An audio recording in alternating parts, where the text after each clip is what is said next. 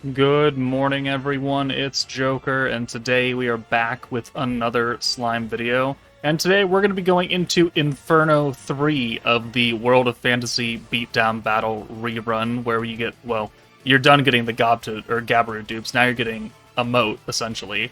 But this stage is just a harder version, as is normal. EX3 had 428k, and Inferno 3 has 700,000. Yeah, 700,000. So a 300% or 300 HP, 300,000 HP increase, which relative for today is a nothing when you consider going from 600,000 to 6 million HP is what we had for Ogre's Pride. But he does have a literal butt ton of attack. So he does hit very, very hard. So if you're going to use a long form team, you're going to need some form of protection against that, and then some.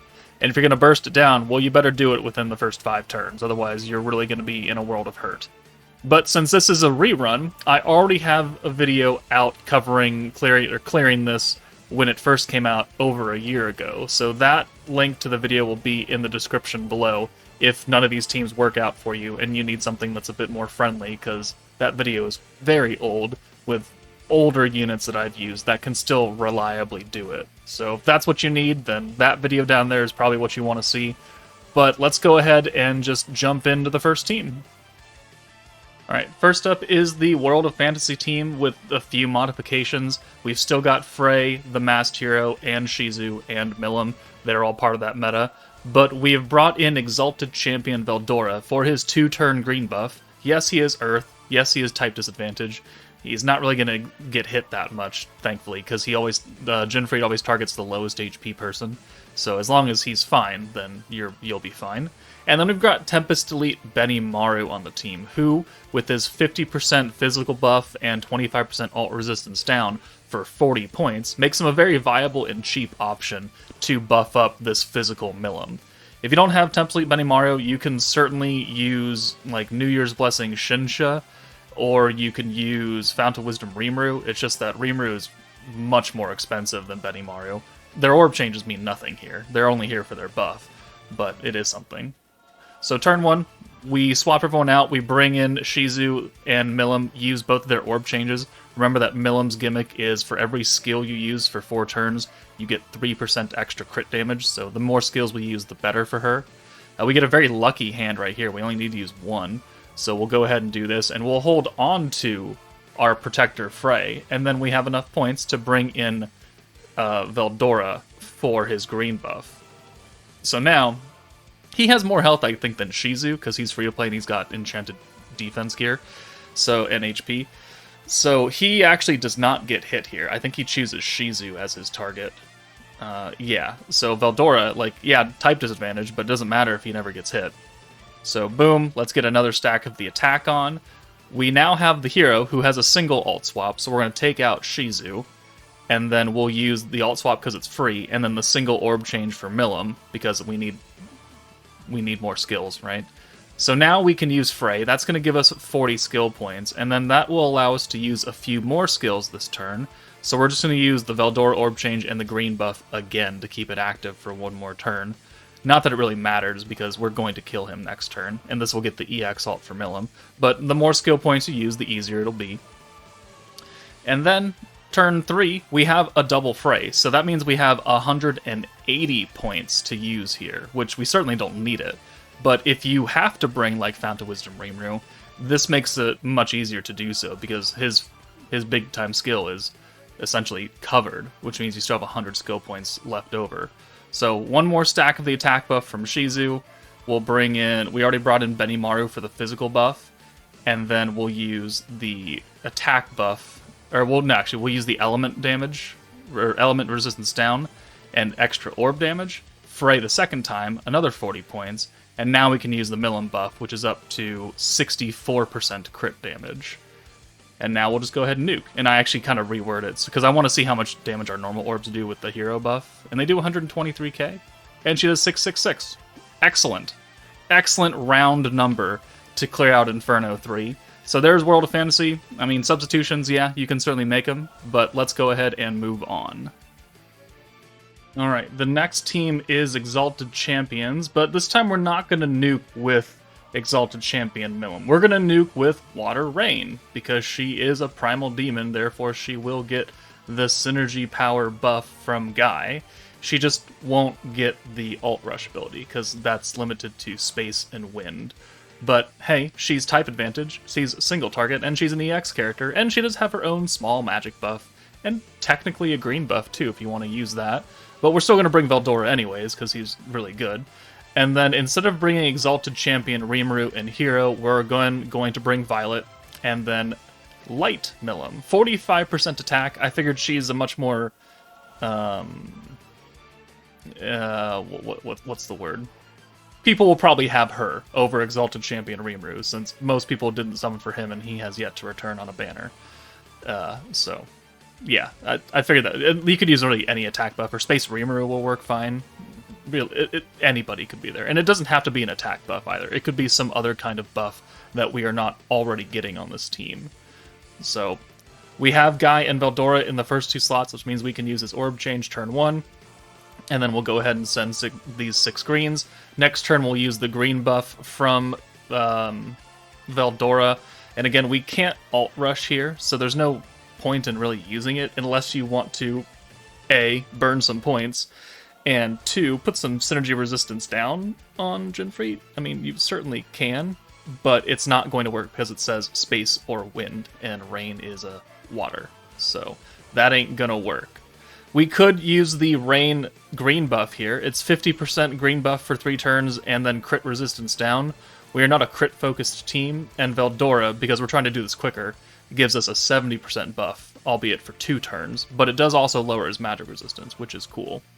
And then we'll use Velzard, give us the element buff, and because we have so many points left over, we're just going to use the rain buff, because it's maxed out right now. It's the full 40 up and 20 down. Once you get to turn 4, it becomes 20% up and 20% down, so it pretty much cuts itself in a third, which is not great. But also, we have Violet for the 100%, so the rain buff we can use now and have it be a little bit more expensive because we're not going to use it again. Unfortunately, that was not enough to get us the full EX alt for rain, so here I think we just send the 3 orbs and call it a day. So we'll bring Milim in, and we'll just send these 3. This will get us the EX alt, and then we'll take a cheeky counter. And then turn 4, we're ready to go. We have 160 points now. So attack buff, 45% attack, plus the Drago is going to kick that up to like 52% or something like that. And then we'll use the big time buff from Violet, and then the synergy buff, because again, he only gives it to Exalted Champion or Primal Demon. Rain is Primal Demon, so this will work for her. And then the element buff from Velzard has us hit 619k right there. So definitely a viable option. I mean, if you don't have Violet, you could just run a different buffer. Rain would still give herself a small magic buff. It wouldn't be nearly as good, but if you substitute Violet for maybe an alt buffing character, Water Shuna, Wind Milim, EX Earth Guy, like that'll work fine as well. It's the same cost, if not cheaper, by using one of the older characters, and you would still benefit because it's a buff that's not being used right now. So definitely can work for you. Also, you don't really need to bring Guy since he's not alt-rushing. You could bring Idle Shuna if you want for synergy. Alright, next is New Year's Blessing. Tempest Elite Benimaru once again coming in because he's got a physical buff and it's cheap. We're going to run Rimuru here, even though he's not the primary DPS. We're actually going to nuke with Water Shinsha because she's single target and she is water. So this will work just fine. But Rimuru will at least be able to supercharge her EX ult with his Rainbow Orbs. We'll be able to give Orbs away with Diablo and use his resistance down. Shinsha and Milim's buffs are, yeah, and then Benimaru again is cheap. So he's going to work just as fine as well. Again, if you don't have Benimaru, Fount of Wisdom Rimuru technically can do it, but he's, I would think, way too expensive for this team now. But oranges are nerfed here. And we're also going to send 3 orbs to make sure that Rimuru gets 3 next turn, and he gets 5, which works great. Works out very well. 85 points on turn 2. We'll use the giveaway with Diablo to give him full 6. We'll turn those to rainbows. We'll bring Shinsha in for Rimuru now and get her EX ult.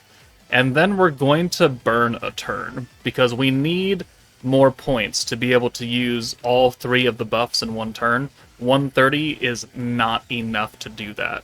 So here, we have 130, we have a double Xion, we don't need to really do anything here. I think I use Xion anyways, not understanding that I'm an idiot, and we're only going to change some of those. But we have an extra, so why not? This will just make it a little bit easier, because now we can just send these 2 Millimorbs, and then we'll have mostly a full hand of Shinsha next turn. And now we have 160 points to use, which is now plenty to use all 3 of the big-time buffs, and leaves us just enough left over to bring Diablo in and use his crit resistance down, which will just enhance our damage by a little bit. I wouldn't say a whole lot, but it does help. And then Xion's going to give guaranteed synergy to Shinsha, activating all the different buffs. The reason why we had to wait on Benimaru is because I want that 25% ult resistance down, even though I think we're already getting slightly more of that with Milim? Actually, I can't remember. Milim is doing synergy power? Where is Milim? I can't find her. Oh, I'm blind. Oh, there she is. What is she doing?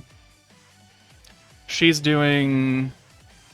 Oh yeah, so Milim's doing 40% down, so more than Benimaru. So I guess technically I could have held the Benimaru buff on turn 3 or something like that, and then not needed all the points, but we had it regardless, so it doesn't really matter. We weren't going to die, because he was going to ult us if we didn't kill him here. But Nir's Blessing certainly does work. Okay, the next team is going to be the Vengeance team, as is tradition for any green stage, or any stage in general. We have made a few key substitutions, though. We have brought Skill-Fused Water Soe for his orange to green orb changing, which is covered also by Sufia, but he just is an extra insurance. And also, if he's skill-fused, he has that defense buff and attack nerf on Genefree, which is going to be very, very impactful. We've also brought Wind Lumi, because not only does she heal us, she's our turn 1 converter for those green orbs. So she's doing double duty. Triple duty if you count the fact that her heal gives us a little bit extra damage on green orbs every time you use it. Again, this is the Vengeance team, we're not meant to do traditional damage, but whatever. It helps. But more importantly, we need a healer. Because even with the guard from Raphael and the attack seal from his other skill, Ifrit still does a lot of damage. And look at what one counter does to Lumi. That is a lot of damage right there. And he's going to do it again. And now she's down to a third of HP, a quarter of HP now, and that was literally one turn. You need extra protection in this fight. So 1, she's got to go away. And 2, you pretty much always have to have Genefree nerfed with Raphael and Soe's skill. More importantly, Soe, because turn 2, we don't have it. We're going to put Vengeance on instead, and we're going to guard, and we'll just see how much damage we take here after orb changing. We'll put Velzard up. We're not bringing a green buffing character, which some people might call me out for, because we have 2 dedicated orange orb changers now. We could have easily brought Isis or Veldora. It's not that big a deal. But I wanted to prioritize the orb changing, and Soe is because it's cost 30 points versus 25. I don't really like to use his very often, so I'd rather just use Sufia's at 25, and along with all the other orb changers being 25, except Lumi because she's also 30. But hopefully we don't have to use them very often. But here, we just get kind of unlucky. I don't want to use any orbs, but I do want to seal him and put some Vengeance on. So now we're taking small bits of damage, which is great. But if we didn't, and the first time I ran this, I did not bring Soe, and we were still taking decent damage per hit, because even though he is attack sealed, it leaves him at the 23,000 attack stat, which is still really high. It's just we're cutting it down from being ridiculously high at this point. So orb change, guard, and his attack is still nerfed, he's still sealed. This ult, though, alright, a counter cost 1,000 HP right there, which is a lot. Normally the Vengeance team takes 1. So here, 174, that's nice. 52 guard is great right there. But this is because we've now nerfed him, buffed our defense, buffed our element defense, and prevented him from using his attack seal, which we're now doing again. So we have a lot of defense going on here that's preventing us from taking damage while continually getting those stacks of vengeance. So now that turn 5, he takes 209k. So we only need to go another 2 turns or something before he just ends up killing himself. So we're going to keep him nerfed again. We're going to orb change. And at this point, as long as we keep our defenses up, we could get away with sending like 1 orb here and there, because we know that the vengeance will kill him in the next 2 turns, because he's only going to add more to it, because he's going to AoE ult here, which is going to add at least 3 stacks. So boom. And then he might have a follow-up. Yep, right there. So that's 4 stacks. And now, 247. So here, like, we could have just sent the ult and called it a day. He's still nerfed. We're still defense buffed. So we don't need to do all of this other skills right here. He's going to die. It's just that if you don't have good gear, good defense gear, and you try and bring vengeance in here, you might still get punished. Which is unfortunate, but also, I mean, the Vengeance can't be good for literally everything. I mean, it's still a very good team, don't get me wrong. It's just that this stage, I think, has the most capability of actually killing us outside of bringing a whole bunch of other supports. Like, if you were to run the pure Vengeance team, we would actually probably take quite a bit of damage, and someone might actually die. But there we go. Vengeance with substitutions can certainly do it.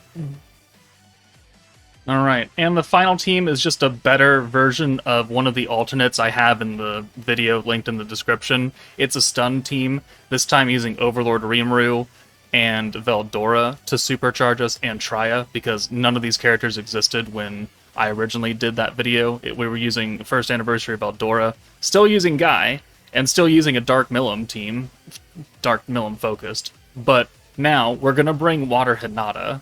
Why? Well, because she is single target in water, and she is a low tier option at this point.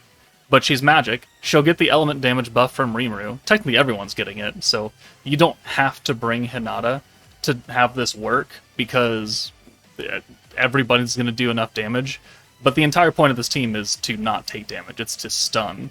So here, starting from turn 2, we get really lucky with this hand, and we're just going to stun Ifrit now for the rest of time until he's dead.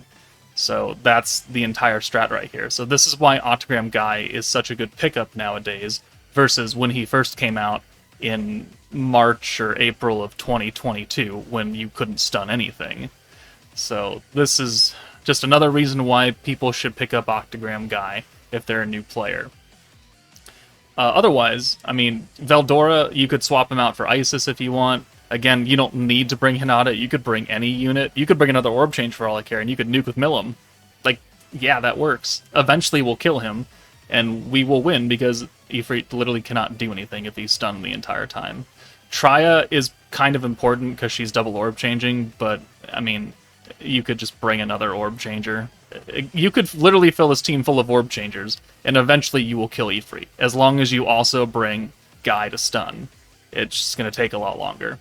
So Hinata does have her attack buff. She's got that stacking ult damage that we have from her second skill, which is skill fuse, so now it's doing it faster. It's doing it by 15% up to 60 instead of by 5% up to 60. So it's just easier to cap out. And the fact that Rimuru is resetting a lot of the skills every single turn means it's very easy to use multiple things and to keep Ifrit stunned. And that's pretty much it. So, I mean, I'm going to start the outro now. There are a number of other teams that can clear this fight by all means. I mean, I can't show off every single team. I did try and use some blue-focused teams with Coleus Rimuru to supercharge. Yeah, they didn't work out really that well.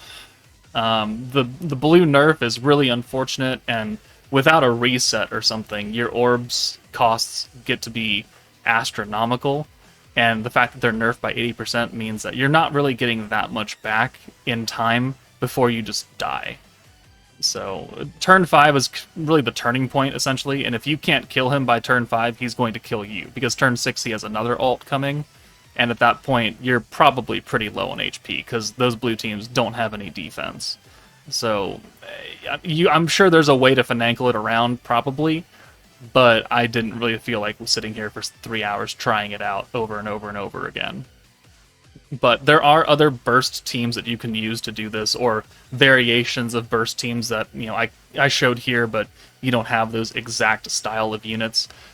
you can make substitutions. It again, it just varies on your box. I can't make a team for literally every single player out there and other all their custom scenarios. But if it works, it works. And the guy is probably the most reliable because it means you take literally almost 0 damage going from turn 2 onwards. So we're on turn 6. He's at, what, a 2/3 HP, 79k, 125k, and then these follow-ups. So yeah, I mean, this is easy peasy lemon squeezy. Let's just skip ahead. Turn 8, still stunned. Have another Hinata ult. We've got 379 points to burn now. And, yeah, that's it. So let me know what you guys think about this video. Again, finally, or, well, for the 3rd time I think today, there is another video in the description for older teams that you can use if this doesn't work out for you. But we'll watch Hinata kill. But that's it for me, guys. Take it easy, and I will see you all later.